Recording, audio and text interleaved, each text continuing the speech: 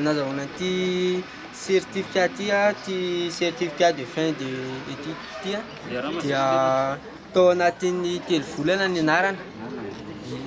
Rehefa tao anatin'ny 3 volana ny anarana dia niezaka nianatra hatrany mivoatra teo amin'ny tontolon'ny informatique. Tamin'izay tontolon'ny informatique izay dia efa nanana tanjona ihany kokoa hoe mbola ny fianarana vity ty.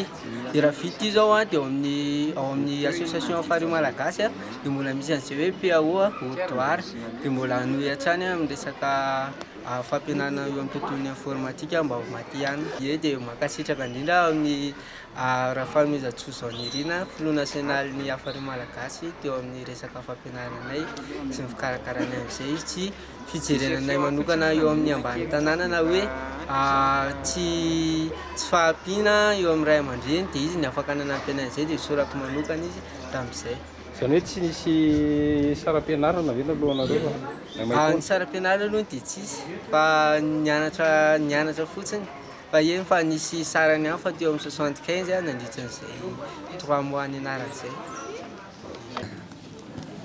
Ya, ny androany moa zany zay dia namoaka ny premier promotion teo anivon'ireo fampianarana informatika sy cours franchier.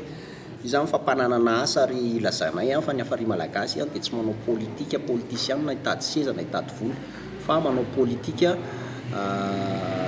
citoyenne, zany hoe politika ny olona tsara sitrapo. Ka izay zavatra izay no zavatra ampitainay foana hoe ny famoronana asa ihany no vahaolana eto Madagasikara ary ninona lazaina zany betsaka mametraka olana nefa tsy mitondra vahaolana dia izay mametraka vahaolana foana amin'ireo zavatra rehetra ataonay manodidina 300 menadaty eo ireo mpianatra fa ny 30 ihany no afaka nomena raika amin'ny 30 ihany no afaka nomena diplôma satria ireo 30 menadary eo no afa-panadinana. Ny informatika zany dia mitovy amin'ny alphabétisation ka izay zavatra izay zany nilazanay hoe ny informatika tsy afaka hoe milaza mahay informatika ny olona anankiray dia apetraka eo amin'ny ordinateur tsy hay fa tsy maintsy manala fanadinana ara-dalàna izy eo anivon'izay rehetrarehetra izay.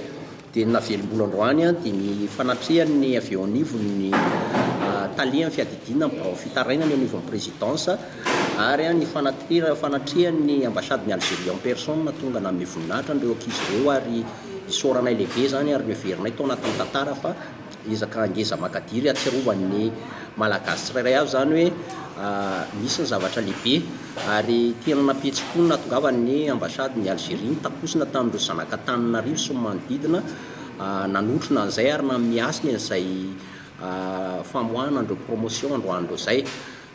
Io tsy voatery vola be vao afaka manangan-javatra fa io zany rehefa misy ny finiavana sy ny fitiavana dia afaka fanampy foana amin'ny malagasy rehetra.